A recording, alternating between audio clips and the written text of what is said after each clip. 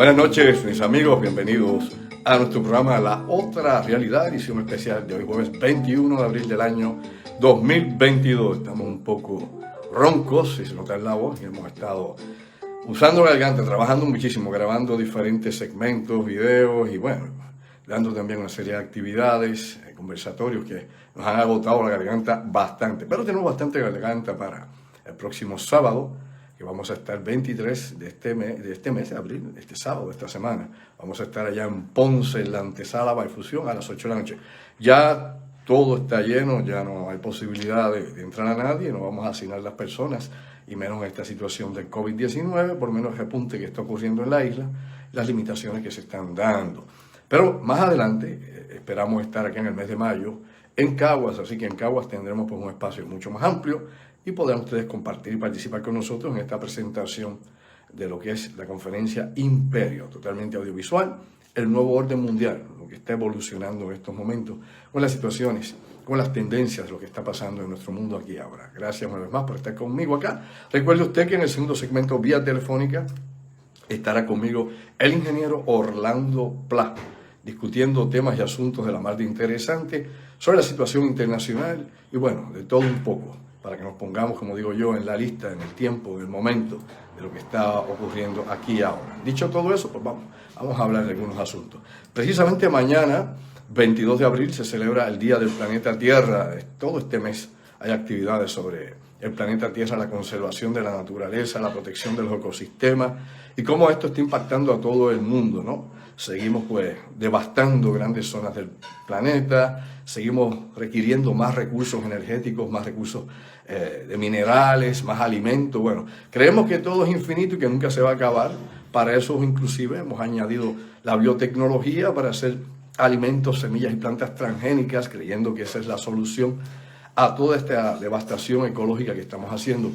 Y si uno se pone a contemplar lo que pasa en nuestro mundo y se pone a reflexionar profundamente sobre este asunto, se da cuenta que hay una gran decadencia ambiental y que no es mucho lo que se está haciendo hasta este momento. Hay personas con conciencia, hay personas que están despiertas, hay movimientos positivos, hay movimientos políticos a favor, en contra, de todo. No creo que nadie realmente pueda estar en contra de destruir un bosque, ¿no? O destruir una jungla, o destruir el patrimonio natural de un país. Aunque allá en Brasil el presidente Jair Bolsonaro está en ese viaje de que el Amazonas no importa y lo que hay que sacar y explotar recursos económicos de allí, sin que importe, ¿no?, las consecuencias que puedan haber a medio y largo plazo. Eso pasa en nuestro mundo. Pero ya es tiempo, ¿no?, de que empecemos a despertar. Despertar a esta conciencia planetaria, a las circunstancias que estamos viviendo, a lo importante que es poder tener agua potable disponible. Este es un tema recurrente, lo he hablado hasta la saciedad y nunca me voy a cansar de hablarlo. Hay gente que dice, lleva más de 30 años hablando de eso y no ha pasado nada. Y yo me pregunto una vez más, ¿y de verdad que no ha pasado nada? Debe ser que no ha pasado nada por el cerebro de quien lo dice, pero la realidad es que están pasando cosas terribles en el mundo. Hay gente que es acéfala, hay gente que es invertebrada, hay gente que no le entra nada, ¿no? Y que su profundidad es igual que donde encalla un dinghy. Así que tenemos un problema muy grande tratando de enseñar a las personas que hay que preservar, que hay que conservar y sobre todo reparar el medio ambiente. Aquí en Puerto Rico, sabemos muy bien que está toda esta discusión de Bayamón, allá en el área de Salinas, pero ese es un punto de tantos en la costa de Puerto Rico y en zonas inclusive cercanas a ríos, cuerpos de agua dulce en la isla, donde hemos visto todo tipo de violaciones, ¿no?, a los códigos que tienen recursos naturales, al código que puede haber manejo de tierras y tantas otras cosas que se supone estén implicadas en esto. Eso se replica en muchas partes del mundo. Donde quiera que pueda haber recursos minerales que puedan ser explotados, sin importar la devastación, sin importar la destrucción del hábitat, de la zona, de la región natural, sin importar eso. Acá en Puerto Rico no hemos explotado las minas que tenemos, por ejemplo, de oro, de cobre, de níquel, que están en esa zona adjunta, Utuado, esa región de Indiera, al centro de Puerto Rico. Y eso pues ha sido de beneficio para nosotros.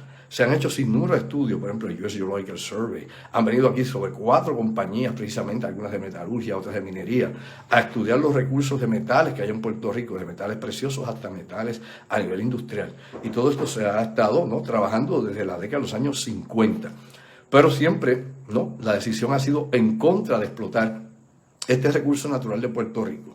¿Debido a qué? Bueno, debido a que si usted explota, por ejemplo, el níquel, el cobre y el oro en Puerto Rico a niveles industriales, definitivamente, ¿no?, la contaminación que esto crea, el impacto en el ambiente es descomunal. pocas palabras, vamos a envenenar las aguas, los ríos, en una isla de 100 por 35, vamos a destruir la flora, la fauna, así que no vamos a tener nada, vamos a convertirnos en una gran zona minera. Eso era algo lo que se proponía, por ejemplo, aquel plan Puerto Rico 2020, ¿se acuerda usted? 2020, y que se quedó ahí, no se pudo lograr empujar hacia adelante la industrialización de Puerto Rico y la explotación de minas y las líneas de gas o gasificación a través de la isla y la cordillera. Eso se quedó ahí. Pero lógicamente hay otros planes que cuando venga el capital, cuando esté el dinero, pues definitivamente se van a aplicar aquí en Puerto Rico. La esperanza nuestra, como la que tiene el doctor Masol allá en Adjunta, que es un puertorriqueño que ha aportado muchísimo a toda esta lucha ambiental y a tratar de usar las energías renovables en Puerto Rico, no hay duda que necesitamos una transformación energética en Puerto Rico. Tenemos que ver qué medios vamos a utilizar en el futuro inmediato y lo que vamos a desarrollar en Puerto Rico para que pueda ser no únicamente reusable esta energía, ¿no? Que pueda extraerse del viento, del agua o de la misma marea del océano o la del sol. Todos estos son recursos renovables que están ahí siempre, sino también la capacidad de poder reciclar en una isla que está llena de vertederos y que, como todos sabemos, ya nos han anunciado, llevan con esto desde finales del siglo XX, ¿no? De la década de los 90, que nos queda muy poco tiempo de utilidad en todos estos vertederos en Puerto Rico. Así que tenemos un grave problema con eso. Parece que la gente... Recuerde que aquí en Puerto Rico se discuten los temas y los issues, dependiendo qué es lo que se quiere mover políticamente. Vamos a hablar con más de calzón quitado. Vamos a entender cuál es la mentalidad política y cómo se procesa esto en la media o en el medio, ¿no?, de noticias en Puerto Rico, dentro de todo esto que puede ser rating, dentro de todo esto que puedan ser agendas que se tengan y lo que pueda ser, grandes intereses involucrados. Aquí cuando viene un problema en específico que sabemos que está ahí, que no se toma una solución, que no hay planes de manejo, que no estamos preparados para absolutamente nada, pues entonces venimos, lo ponemos en la prensa bien grande y ya se cumplió. Óigame si es así o no, dígame, ¿es así o no? Se puso en la prensa, se discutió en las noticias, hizo un programita y ahí quedó, murió, natimuerto, no se hace nada. Usted ve que las gomas de automóviles ya se olvidaron, ¿o no es así? Se olvidaron de todas las gomas que están obviamente regadas, tiradas, abandonadas en ríos, fincas, carreteras, bueno, en todo tipo de camino vecinal en Puerto Rico. Por otro lado, también sabemos que esta cuestión de los vertederos, ¿no?, del efecto lisidiado, por ejemplo, con el agua subterránea, y tantas otras implicaciones que hay detrás de todo esto. O sea, hay que despertar conciencia, hay que caer en tiempo. Y la situación obviamente es planetaria, porque aunque en Puerto Rico hiciésemos todos los ajustes que queramos para el cambio climático, como se va a elevar la marea del océano acá en nuestras costas y todas las otras implicaciones que hay en la contaminación de la isla, aún así, definitivamente, si el resto del planeta no se ajusta, no estamos haciendo nada. O sea, aquí se necesita que el colectivo, ¿no?, que la humanidad entre nuevamente, despierte, mastique con las neuronas y se den cuenta que definitivamente necesitamos hacer un cambio radical en nuestros estilos de vida, en los estilos de producción, ¿no?, cómo producimos energía, cómo producimos artefactos, mercancías, alimentos, de todo lo que esté disponible que la civilización del siglo XXI necesite. Todo eso ya se ha estudiado, o sea, esto no es nuevo, yo no estoy aquí descubriendo el Atlántico, esto lo vengo hablando por décadas. Esto hay todo tipo de investigación que se ha hecho al respecto, todo tipo de estudio que se ha discutido en diferentes foros universitarios, en foros interagenciales, por ejemplo, a nivel federal, a nivel estatal, a nivel internacional, en las Naciones Unidas, en todo tipo de lugar se ha discutido este asunto. Pero usted ve que es lento, ¿no?, que van con pies de plomo, que la gente dice, bueno, eso será de aquí a unos años, tranquilo, que de aquí a allá tal vez tenemos una fórmula científica, la tecnología para poder resolver esa problemática cuando ya esté frente a nuestros ojos, de verdad. No, todo eso es fantasía. No tenemos la tecnología para poder enfriar este planeta, aunque se hable de la geoingeniería, de que hemos hablado tantísimas veces, ¿no?, de las máquinas estas que absorben carbono, porque más de lo que absorbe un bosque, oiga bien, más de lo que absorbe el océano, ninguna máquina fabricada por el ser humano va a poder absorber, es elemental. Nada más con el testigo, es elemental. Y lo que está ocurriendo, como hemos visto, es que cada vez que se queman bosques, sea en Amazonas, sea en África, sea en Siberia, sea en Canadá, sea en California, en Estados Unidos, donde quiera que sea, pues se libera una enorme cantidad de dióxido de carbono a la atmósfera, que esto abona, ¿no?, a toda esta situación de cambio climático, de gases de efecto invernadero, etcétera, etcétera. Y luego también esto está correlacionado con la liberación de metano, por un lado. A los que les gusta comerse su bistec, su filete, su tibón, pues usted sabe muy bien, se viene y se talan bosques allá en Sudamérica, sea Argentina, sea en Brasil, sea en Chile o en cualquier lugar de esto en Centroamérica, para poner vacas allí, que por el mofle están continuamente liberando metano. Cientos de millones de vacas, sobre 200 millones de vacas. Así que usted tiene eso ahí continuamente y el metano, lo hemos explicado hasta la saciedad, es mucho más reactivo que el dióxido de carbono. El efecto invernadero del metano es mucho, mucho más peligroso que el que produce el dióxido de carbono. Dicho eso, ¿no? Aquí es un tema importante, la gente lo toma liviano, la gente prefiere el bochinche, el relajo, la politiquería, el insulto. Eso, porque es el nivel que tienen, ¿no? Cada persona está a niveles de conciencia, a niveles de conocimiento, y hay mucha gente que todavía no ha despertado, ¿no?, a lo que se enfrenta y a la responsabilidad que tenemos todos unos con otros. Que esto no es un revolú, que esto no es un montón de gente regada sobre la faz de la tierra que llamamos humanidad. Esto es mucho más que eso. Y nuestra especie depende precisamente de esa toma de decisiones y cómo nos organicemos.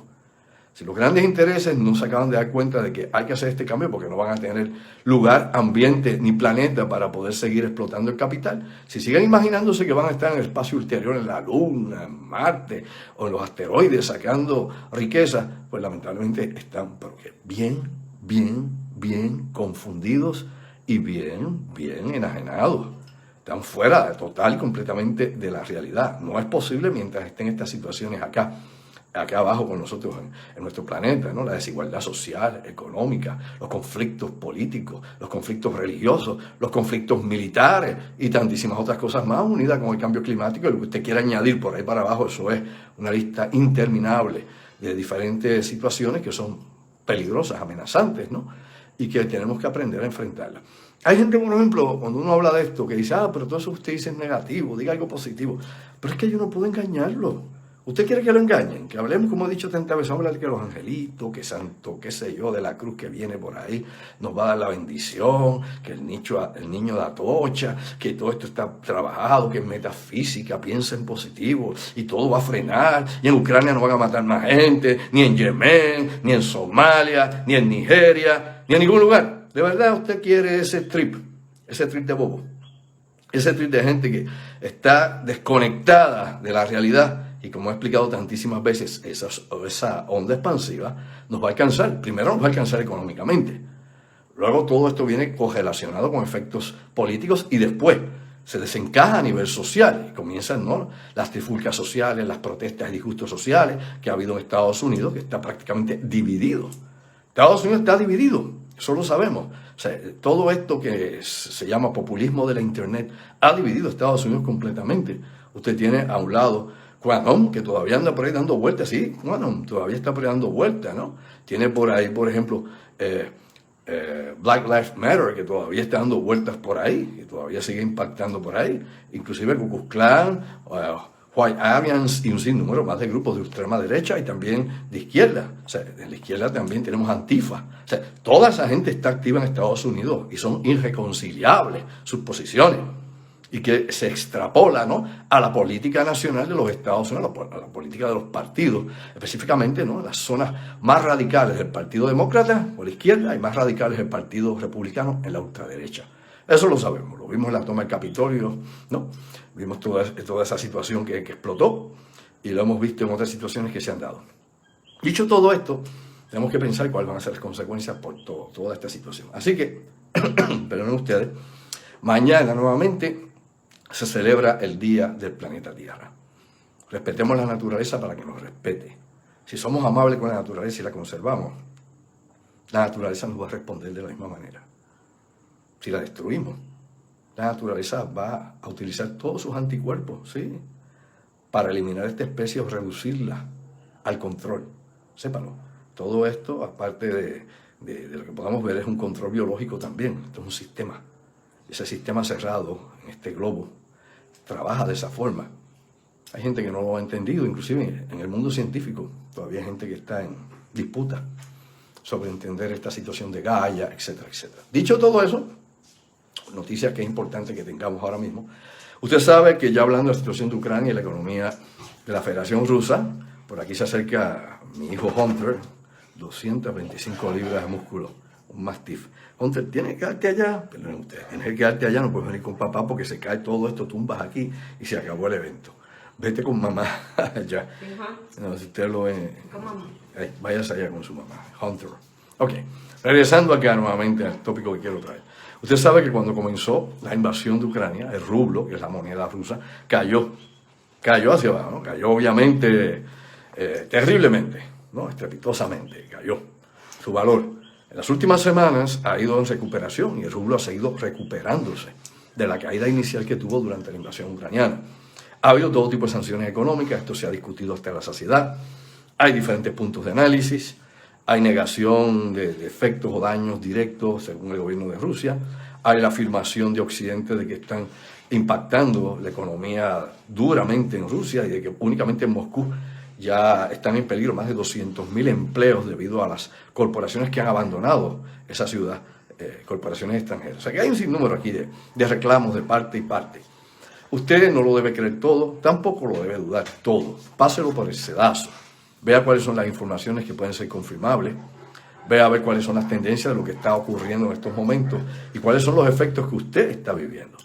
Sabemos, por ejemplo, que mañana Estados Unidos ya hace un embargo, ¿no? Un boicot contra el petróleo y el gas natural de Rusia. Mañana empieza el boicot de Estados Unidos, en el Día del Planeta.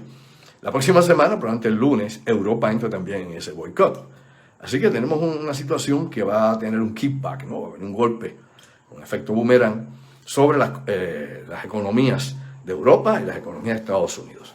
Algunos analistas que trabajan con esta cuestión estratégica de la economía dicen que Estados Unidos obviamente quiere imponer, ¿no? La venta de su gas, de gas licuado y de gas natural, allá en Europa. Otros dicen que no tiene la capacidad de poder transportar esto en tantos barcos contenedores para la necesidad y el reclamo que tiene. Sabemos que hay varias propuestas para sustituir, ¿no? El gas y el petróleo ruso, pero que todavía esto está viendo cuán viable es, sea Suecia, sea África, sea Israel, por donde quiera que pueda venir, ¿no? Más petróleo hacia Europa para sustituir esta baja que hay de producción, que este boicot que hay en contra de Rusia. Todo esto definitivamente le hace un daño descomunal, que usted se cree que allá los rusos se bañan en vodka que ha abierto el tiempo. No. Lo hemos dicho tantas veces, la economía de Rusia es como la número 12, de la 12 a la 15 en el mundo, no es una gran economía. Verifica la información y que hay en tiempo, no lo es. Siempre ha sido, ¿no?, una fuerza militar que heredó lo que quedó de la Unión Soviética en su momento, de esa estructura militar, y que está en estos momentos, sepa usted, en entredicho sus capacidades militares y logísticas. O sea, los sistemas estratégicos de combate rusos en el frente de batalla tienen un signo de interrogación o muchos signos de interrogación. O sea, la inteligencia occidental, inclusive la de sus aliados, y sus aliados puede usted contar con China si quiere. Saben muy bien, ¿no?, las deficiencias que ha tenido las fuerzas militares rusas, que por eso no pudieron ni han podido tomar todavía Ucrania. Ya tienen definitivamente Donbass, ya ha habido, ¿no?, toda esta situación que se ha dado precisamente en la costa sur, en la zona de la ciudad de Mariupol, el cerco que se le ha dado, por ejemplo, a la metalúrgica que está allí, ¿no?, esta fábrica de acero y hierro, donde supuestamente está el batallón Azov, allí atrincherado junto con Marines de Ucrania, y que lo que ha decidido Vladimir Putin es no mandar sus comandos, sus fuerzas especiales, los Spetsnaz, en ninguna unidad, a meterse allí. Lo que decidió es hacer que un sitio, rodearlos, en su momento se morirán de hambre. Nadie sale, nadie entra, no hay comida, nada, en su momento tendrán que rendirse. Según el gobierno de Ucrania, hay 120.000 civiles todavía en Mariupol. Hay decenas, cientos de ellos allá en los sótanos de esta fábrica de metal, y junto con ellos pues están estos soldados. Se asume, o según ha dicho precisamente el comandante a cargo de estas fuerzas, que tienen más de 500 heridos allí entre sus militares. O sea que esto es un desastre, esto es una cosa terrible, y esto afecta a los dos bandos. O sea, los dos bandos han tenido bajas significativas. Aquí no ha ganado nadie hasta este momento. Se supone que ya comenzó la ofensiva allá en Donbass. En estos momentos Estados Unidos, Alemania, Polonia, entre otros países, inclusive del bloque de la OTAN allá de Europa Oriental, están enviando equipo pesado al ejército de Ucrania. Me explico. Aviones de la época soviética, tanques de guerra. Lo que sí es moderno es la artillería pesada, que es obviamente la artillería pesada de los Estados Unidos, y se está entrenando a los instructores ucranianos en diferentes zonas de Europa para que entrenen a sus tropas en el uso de esta artillería que ya está en Ucrania y ya tienen miles y miles y miles de cartuchos. Así que esto va hacia algo grande. Recuerde que la topografía precisamente de Donbass lo que presenta es una guerra a gran escala a nivel de artillería pesada, misiles, artillería, tanques. No es una guerra hombre a hombre, no es una guerra como las trincheras aquellas en la Segunda Guerra Mundial, no es una guerra como fue en Irak, poblado por poblado, donde las fuerzas de Estados Unidos se metían en un poblado casa por casa, esa guerra obviamente de guerrilla urbana, nada de eso. Aquí obviamente es otra la cosa, es otro, el campo es otra la situación, el campo de batalla es totalmente diferente. Dicho todo eso, también es importante discutir algunos asuntos que tengo aquí que no quiero que se me vayan a pasar dentro de lo que quiero compartir con ustedes. Aquí es importante porque la inteligencia occidental ha estado estudiando las posibles decisiones que pueda tener Vladimir Putin. Hemos hablado aquí, ¿no?, de la posibilidad, pero la poca probabilidad que use un arma estratégica, ¿no?, un arma nuclear.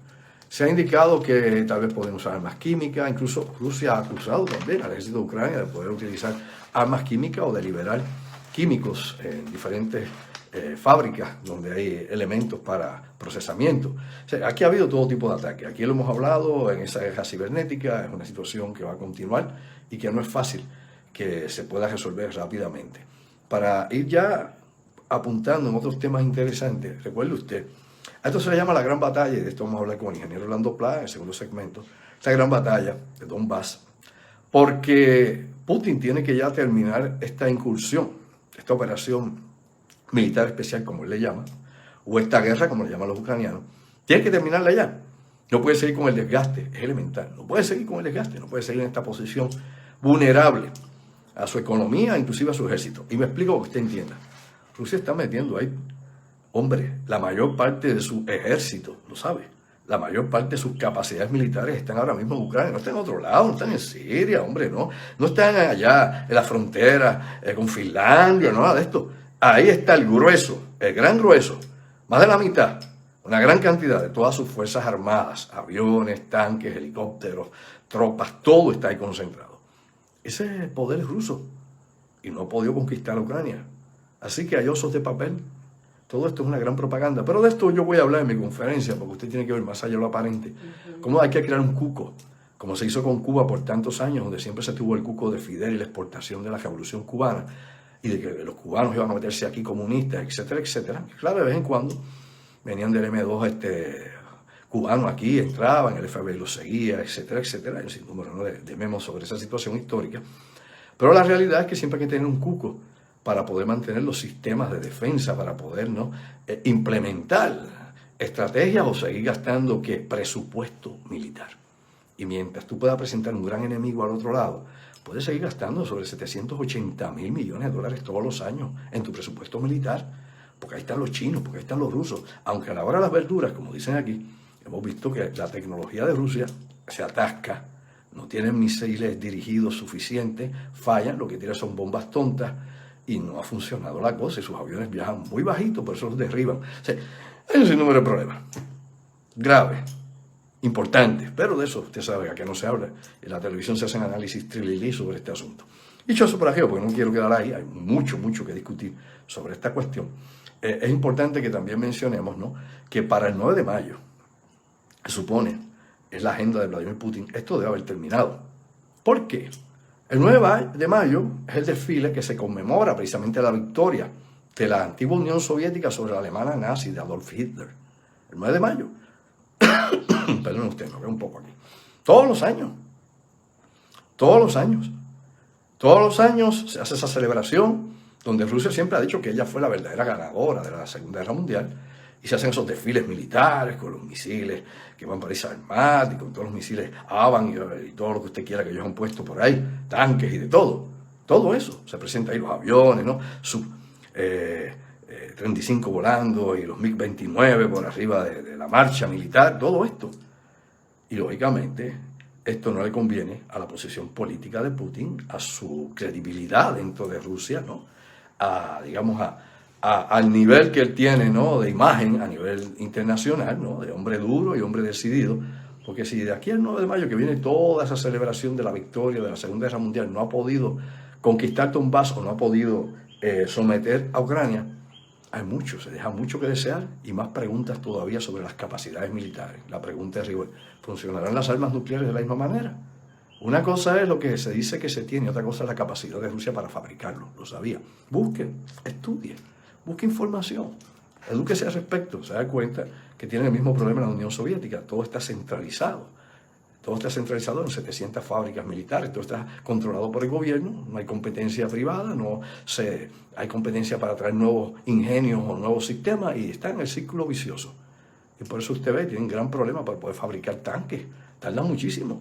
Para hacer misiles inteligentes, imagínese usted ya para el 2017, que recuerdo muy bien, ellos podían fabricar mensualmente, oiga bien, 6 misiles. 6 misiles inteligentes por mes. En 6 meses, 60. Con esto no pueden ir a la guerra contra la OTAN, por amor a Dios, boludo. Ni contra nadie, le van a dar hasta dentro el pelo. Así que tiene que usar el disuasivo de las armas nucleares. Es lo que se supone usted no debe saber. Pero eso es nuestro trabajo. Y usted verifique. De la A a la Z todo esto y verá que exactamente es así. Una cosa es lo que le dicen, otra cosa es lo que pueden hacer. Y ya Ucrania no es lo mismo un desfile militar con tanques, marchando con las botas brilladas, como hacía Alemania nazi, etcétera, etcétera. Los alemanes siempre estaban prometiendo armas para terminar la guerra, las armas definitivas. Y tenían armas, pero no tenían la arma definitiva y no tenían la capacidad de producción, porque los aliados habían destruido la fábrica. En Rusia las fábricas son megalíticas, anticuadas y no pueden fabricar suficientes tanques tampoco. Todo eso lo sabe la inteligencia de la OTAN, eso lo sabe Estados Unidos, de la A a Z lo sabe todo. Pero hay que mantener el cuco, que es lo que la gente no se pregunta el porqué del porqué. Dicho eso, usted investigue y despierte a una realidad diferente. Bueno, dicho todo eso, iba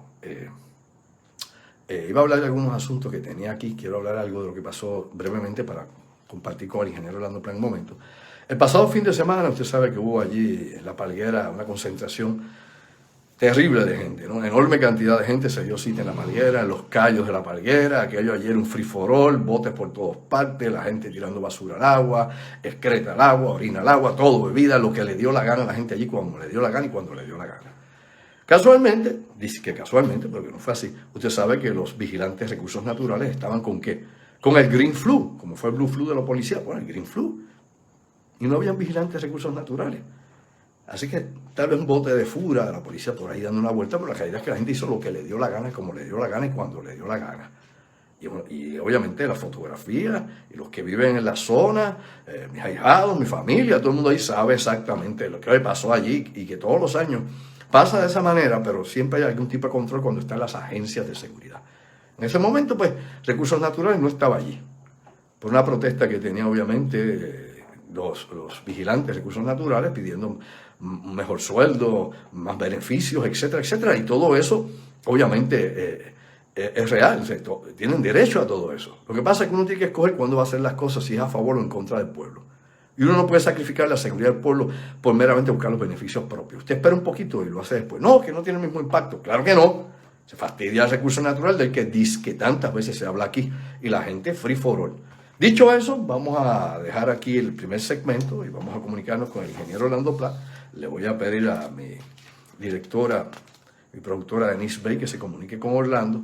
No voy a hablar hoy, iba a hablar algo de DARPA, pero eso lo voy a dejar para después. Voy a hablar algo también de AATIP, que es esa división de estudios y amenazas aeroespaciales de los Estados Unidos, de los nuevos proyectos y de los 160 documentos que se liberaron a través del Acta de Libre Información y que ha sido publicado y todo lo implicado en esto. Pero eso no lo voy a hablar hoy, eso lo dejamos para más adelante porque eso es un tema que va a seguir ahí.